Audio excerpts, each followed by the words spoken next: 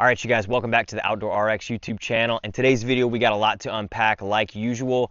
But before we get into it, I just want to invite you guys to please like and subscribe to the channel. I really appreciate your feedback and your support. So with that being said, let's get into today's video. One crashed into another boater on Lake Norman, and you can see here the damage we first showed you today at noon. This happened this morning during a fishing tournament. All right, you guys, you just saw that clip I rolled for you. So there was another boating accident involving a bass boat. This one specifically was during the NPFL tournament on Lake Norman a couple of days ago.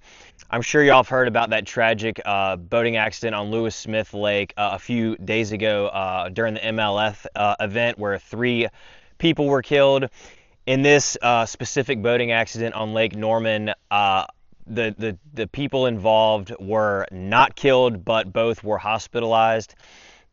And I'm sure the story's getting twisted a little bit, but let's be perfectly clear here. When you're in a bass boat and you're going 50 to 80 miles an hour, your reaction time is a little bit skewed. It's a little bit off, and it seems like these bass boats are hitting boats that are actually fishermen out in the middle of the lake, just sitting there, which is concerning. And I'm sure we all can relate to having close calls in a bass boat, but specifically I want to get into my experiences and times that I've been scared and just how this is not good for bass fishing and the public as we know it. Because guys, when we're going to these bodies of water, a lot of these people live here or it's their home lake, and when these big tournaments come around and accidents like this happen that are completely avoidable, these aren't accidents that are just freak accidents. They're user error of the boat. And I want to get into some of my experiences. I want to hear y'all's experiences as well. So please drop some comments down below on your close calls or accidents if you've been in any. So the first one I want to start with was a tournament that I marshaled. It was my very first Bassmaster Elite tournament that I marshaled on Lake Lanier. And if you haven't been to Lake Lanier, it's also a super populated body of water like Lake Norman is. If you haven't fished Lake Norman, it is a mess out there with public traffic on the water. But so we were coming in, I was with Mike Huff, his marshal that day, and we were coming in to weigh in, and there was it's a super narrow creek going into the weigh-in on Lake Lanier, and 2 boats in front of us, he lost control. I think he was driving a Skeeter, if I'm not mistaken, and I don't remember who it was, but his boat did a complete 180, and his marshal got ejected like a rag doll, and we watched him skip across the water. We shut the boat down and turned it, and we went and grabbed the marshal out of the water, and he was an elderly man. He was probably in his early to mid 70s, and he was injured.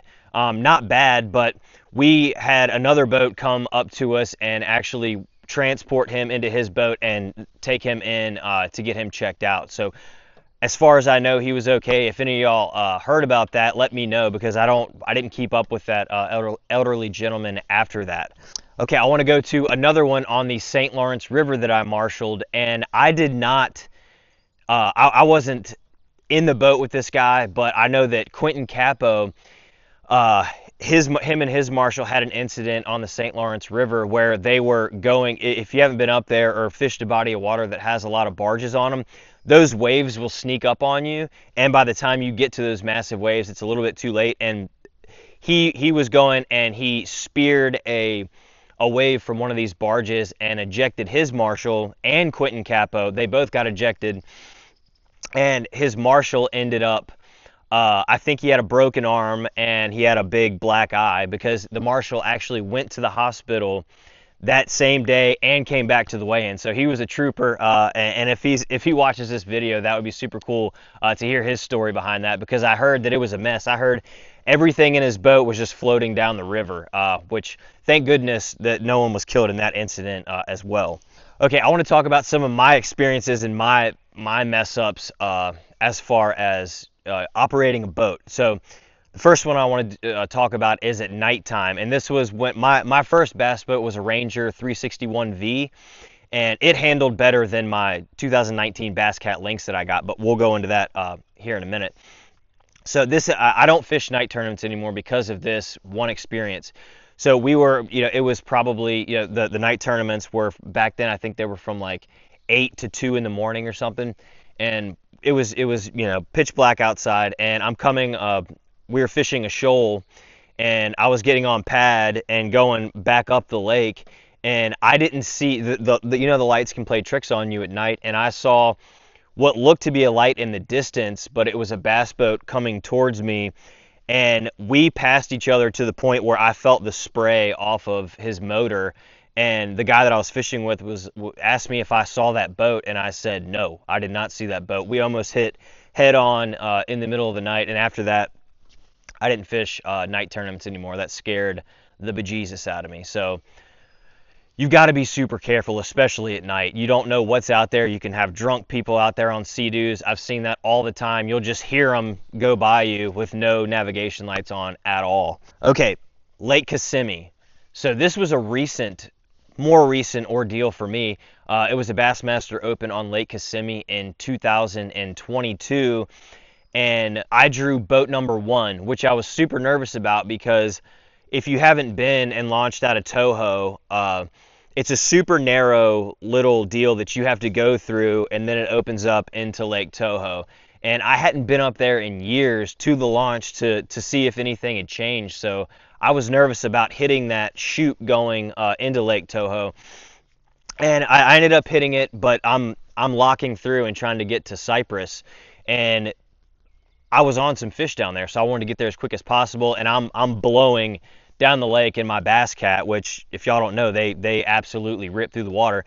And it was completely slick glass, and it was low light.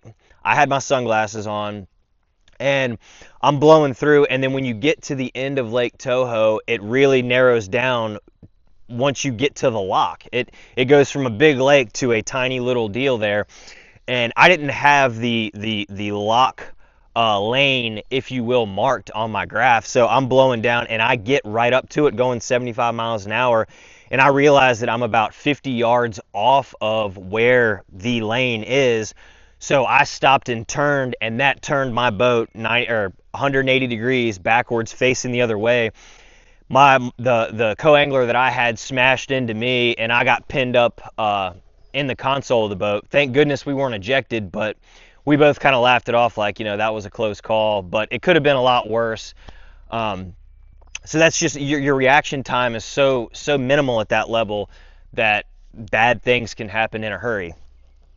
Okay, so that was Lake Kissimmee, and I want to talk about Lay Lake. This is one of the scariest experiences I've personally had in a boat. I did not have a co-angler this day. This was the second day of the Lay Lake tournament in 2020. It was the last open of the year, and we had a fog delay the second day.